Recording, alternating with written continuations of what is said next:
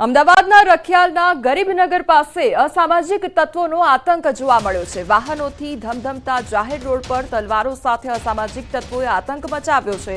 Road પર પરિવાર સાથે જતા લોકો વચ્ચે તોફાની તત્વોએ જાહેરમાં તલવારો અને હથિયારોથી ડરનો માહોલ ઊભો કર્યો છે। રખિયાલ બાપુનગરના મુખ્ય માર્ગ પર તલવારો સાથે અસામાજિક તત્વોએ લોકોમાં ડર ફેલાવ્યો છે। અસામાજિક તત્વોનો તલવાર જેવા ઘાતક હથિયારો સાથેનો વીડિયો પણ વાયરલ થયો છે। પોલીસે વીડિયો અનુસંધાને કાર્યવાહી હાથ ધરી છે।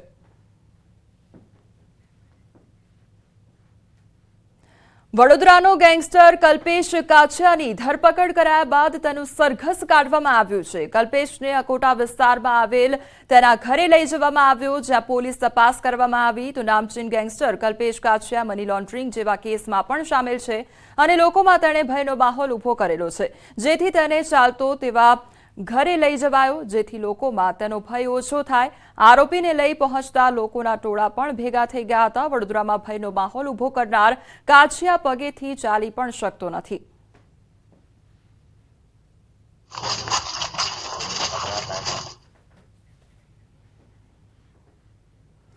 તો અમરેલી ધારીમાંથી ઝોલાછાપ તબીબ ઝડપાયો છે। ગોવિંદપુરમાંથી એસઓજીએ ડિગ્રી વિનાનો તબીબ ઝડપી પાડ્યો છે। તો આરોપી લોકોના આરોગ્ય સાથે છેડા કરતો હતો। બોગસ તબીબ ભાર્ગવ ડાભીને ધારી પોલીસને સોંપવામાં આવ્યો છે। અમારી સાથે હાલ સંવાદદાતા રાજન જોડાઈ ગયા છે। રાજન, જે બોગસ ડોક્ટરને ઝડપી પાડવામાં આવ્યો છે અને ડિગ્રી વગર તેના દ્વારા કામગીરી કરવામાં આવતી હતી, શું અપડેટ તેને લઈને? બોગસ તબીબ ઝડપાયો તેવું કહી શકાય, કારણ કે છાસવારે આ પ્રકારના ડોક્ટરો છે ઝડપાતા હોય છે। વધુ એક ડોક્ટર ધારી તાલુકાના ગોવિંદપુર ગામથી ઝડપાયો છે અને આ ડોક્ટર જે છે એ ગીરના જે ગ્રામ્ય વિસ્તારો છે ત્યાંના દર્દીઓ સાથે એના સ્વાસ્થ્ય સાથે ચેડા કરતા હોવાનું સામે આવતા અમરેલી પોલીસની એસઓજી ટીમે તેમને ઝડપી પાડ્યો છે। હાલ તેમને ધારી પોલીસને સોંપવામાં આવ્યો છે અને વધુ તપાસ પણ ધારી પોલીસ કરી રહી છે। જી રાજન, સમગ્ર માહિતી બદલ આપનો આભાર। તો આ તરફ મોરબી પંચાસર રોડ પરથી પણ બોગસ તબીબ ઝડપાયો છે। ઘરના રૂમમાં આ દવાખાનું ચલાવતો હતો અને અશ્વિન નકુમ નામના બોગસ ડોક્ટરની ધરપકડ કરવામાં આવી છે। એલોપેથી દવાઓ તેમજ બોટલો, ઇન્જેક્શન મળી કુલ ₹18,762નો મુદ્દામાલ કબજે કરવામાં આવ્યો છે। મોરબી સિટી એ ડિવિઝન પોલીસે ગુનો નોંધી કાર્યવાહી હાથ ધરી છે। તો ડિગ્રી વગર દવાખાનું ચલાવતો હતો। અમરેલી ખાતે જે ડોક્ટર હતો તે ડિગ્રી વગર દવાખાનું ચલાવતો હતો અને જે દર્દીઓ છે તેને દવાઓ પણ આપતો હતો।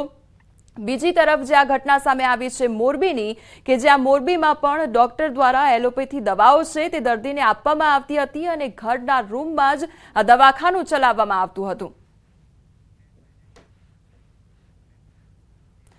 હવે મહાકુંભ મેળા માટે થઈ જાઓ તૈયાર, કારણ કે મહાકુંભ મેળા માટે હવે સ્પેશિયલ ટ્રેન દોડશે। પશ્ચિમ રેલવે દ્વારા મહાકુંભ મેળા માટે મહત્વનો નિર્ણય કરવામાં આવ્યો છે। ભાવનગરથી બનારસ જવા માટે હવે સ્પેશિયલ ટ્રેન મળશે અને 3 સ્પેશિયલ ટ્રેન દોડાવવામાં આવશે। તો જાન્યુઆરીમાં 1 અને ફેબ્રુઆરીમાં 2 સ્પેશિયલ ટ્રેનો દોડશે, તેમજ ટ્રેન 22 જાન્યુઆરી, 16 ફેબ્રુઆરી અને 20 ફેબ્રુઆરીએ બનારસ કુંભ મેળામાં જશે।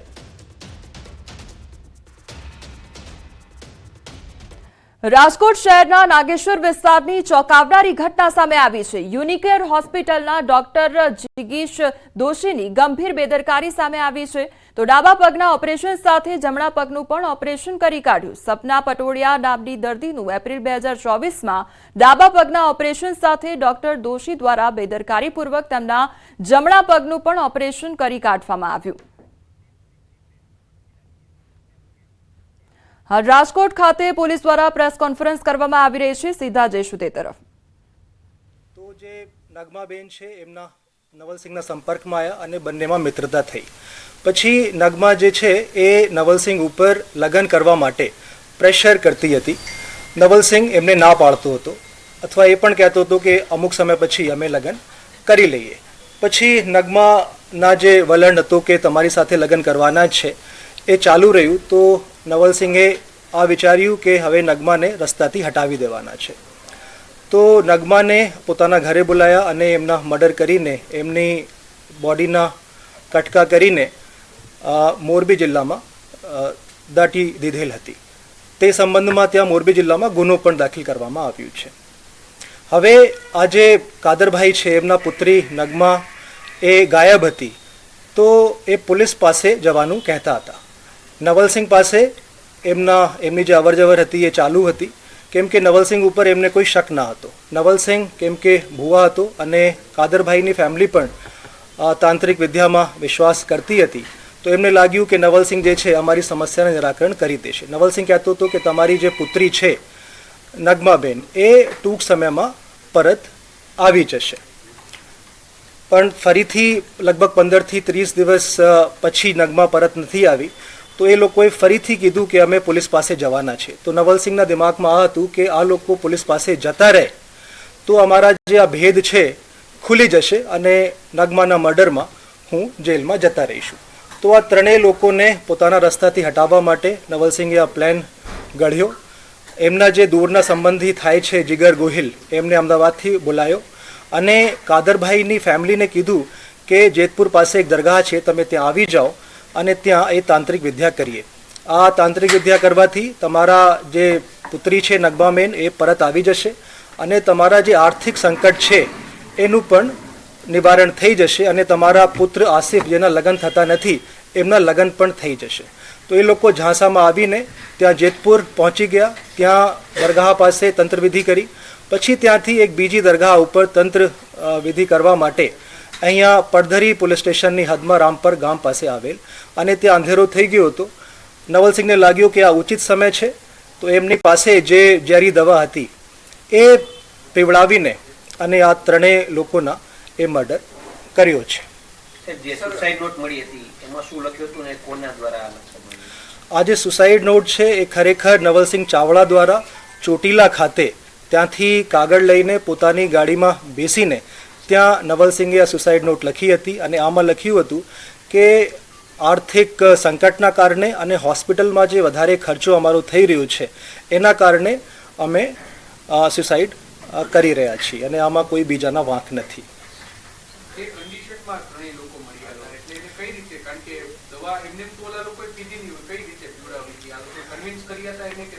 હા, એ કે આ દવા છે, આ માતાજી જે છે મેલડી માતા એમના પ્રસાદ છે, આપ આ દવા પી લો અને પછી આપને દરગાહમાં જઈએ, જેથી કરીને આપના જે તમામ સંકટો છે એ દૂર થઈ જશે.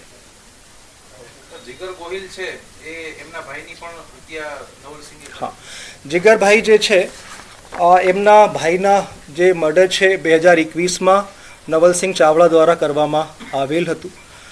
એક તો આ કારણ હતું કે જીગર પહેલી વખત અમદાવાદ સિટી પોલીસ પાસે ગયા. બીજા જે કારણ હતું કે અભિજીત જેના મર્ડર કરવાના હતા નવલસિંહ ચાવડા, અભિજીતની ઓળખાણ હતી જીગર સાથે અને જીગર ક્યારેય ઈચ્છતો ન હતો કે આ અભિજીત જે છે એમનો મર્ડર થઈ જાય. અને ત્રીજો, જીગરને આ ખબર હતી કે જે 3 મર્ડર અહીંયા કર્યા છે પડધરી પોલીસ સ્ટેશનની હદમાં, એ જીગરને બધી ખબર છે અને નવલ આ ઈચ્છે છે કે હવે જીગર પણ મારા રસ્તાથી હટી જાય, તો જીગર નેક્સ્ટ ટાર્ગેટ બની શકે એના પણ ડર જીગરમાં હતો.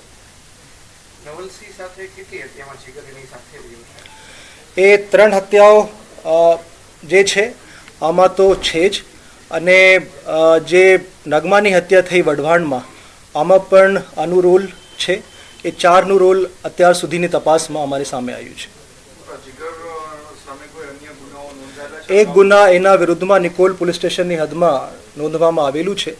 એ 324 આઈપીસી મારામારીના ગુનો એના વિરુદ્ધમાં દાખલ થયેલું છે. થઈ ગયું, હવે હિન્દીમાં શું કરવું?